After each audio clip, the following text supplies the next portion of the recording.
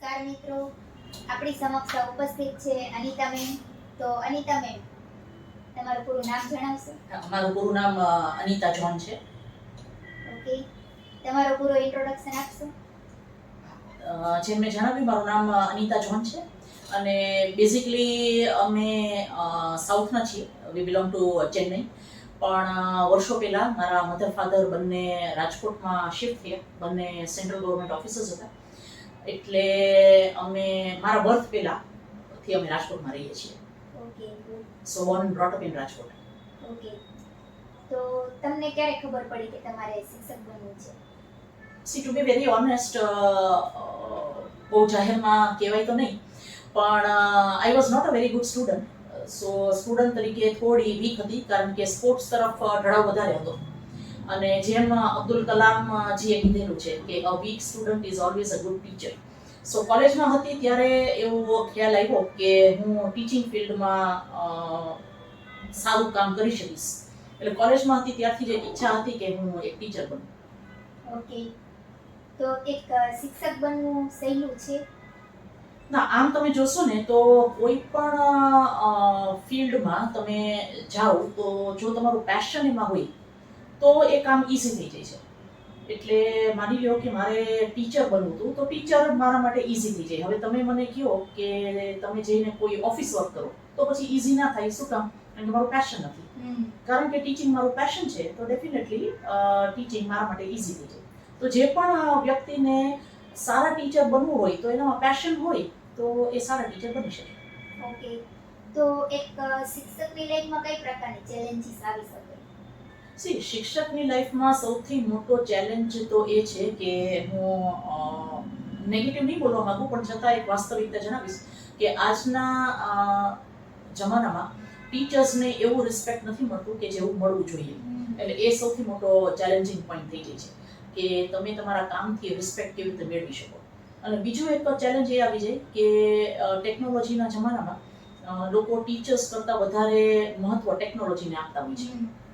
તો આ ટેકનોલોજીના જમાનામાં તમારું વર્ચસ્વ જાળવી રાખવું એ એક સૌથી મોટો ચેલેન્જ છે ટીચર્સ માટે. Okay, okay. એક શિક્ષક તરીકે તમારા અચીવમેન્ટ જણાવશો? સી, મેં કોલેજ પૂરી કરી 1992માં જે કુંડિયા કોલેજમાંથી. અને 1992 એપ્રિલમાં મેં મારું ફર્સ્ટ લેક્ચર લીધું ઇંગ્લિશમાં. તો ત્યારથી લઈ અને ઇટ્સ મોર ધેન 32 યર્સ કે અલગ અલગ કોલેજીસમાં, કોર્પોરેટ્સમાં હું ઇંગ્લિશ ભણાવું છું. સ્ટુડન્ટ્સથી લઈ અને કોર્પોરેટ ટ્રેનિંગ આપું છું. અને મેં 4 અલગ અલગ શહેરમાં ટીચિંગ આપેલું છે. રાજકોટ તો ડેફિનેટલી, અમદાવાદ, બરોડા અને મુંબઈ. ગુડ. જેમ કે એક શિક્ષકને સમાજના ક્રિએટર ગણવામાં આવે છે, તો શું શિક્ષકને પૂરતું માન મળે છે? ના, જેમ મેં તમને જણાવ્યું એ રીતે ટીચર્સને જેવું માન મળવું જોઈએ, મને નથી લાગતું કે એ પ્રકારનું માન એમને મળે છે. તો આ ઇન્ટરવ્યૂના માધ્યમથી હું એ જ રિક્વેસ્ટ કરવા માંગીશ બધાને કે ટીચર્સને, કારણ કે ટીચર્સ તો આ સમાજના ઘડવૈયા છે, તો ટીચર્સને જે માન મળવું જોઈએ એ માન આપણે આપવું જોઈએ. બરાબર છે. તો તમારી લાઈફના ઇન્સ્પિરેશન કોણ છે? જેમ મેં નામ આપી દીધું તમને, અબ્દુલ કલામજી છે એ મારા લાઈફના સૌથી મોટા ઇન્સ્પિરેશન રહ્યા છે પહેલેથી જ.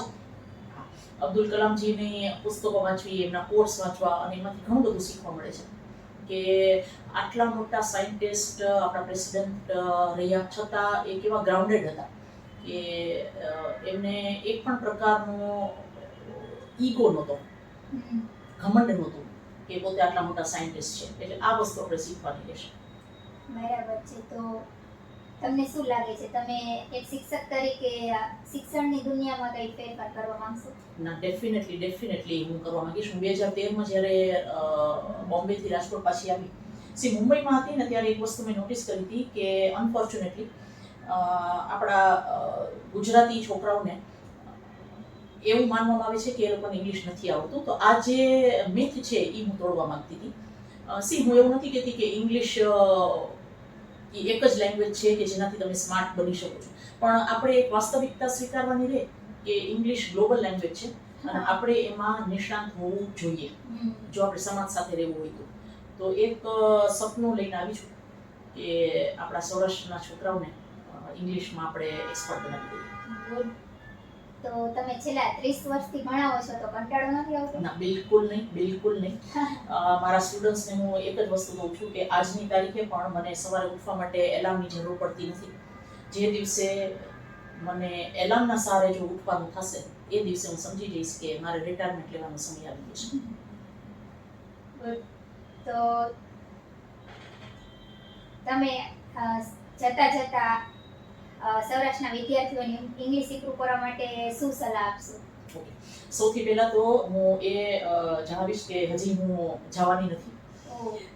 શિક્ષણની ફિલ્ડમાંથી જ જવાની નથી. હજી મારે 20 વર્ષ તો કાઢવા જ છે આ ફિલ્ડમાં.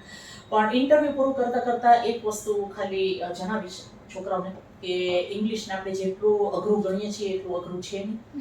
તમારે ખાલી એકાદ બે વસ્તુ જ કરવાની છે.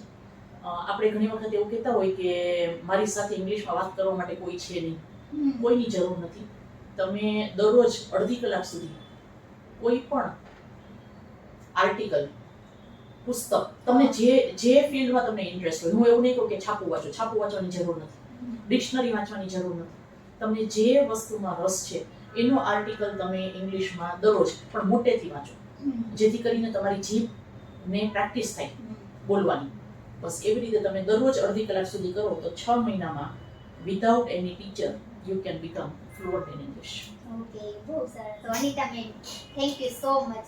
તમને મળીને ખૂબ આનંદ થયો અને ઘણું બધું શીખવા પણ મળ્યું અને તમારા થ્રુ વિદ્યાર્થીઓને મેસેજ પણ ગયો કે ઇંગ્લિશ જેટલું અઘરું આપણે સમજીએ છીએ એટલું અઘરું છે નહીં.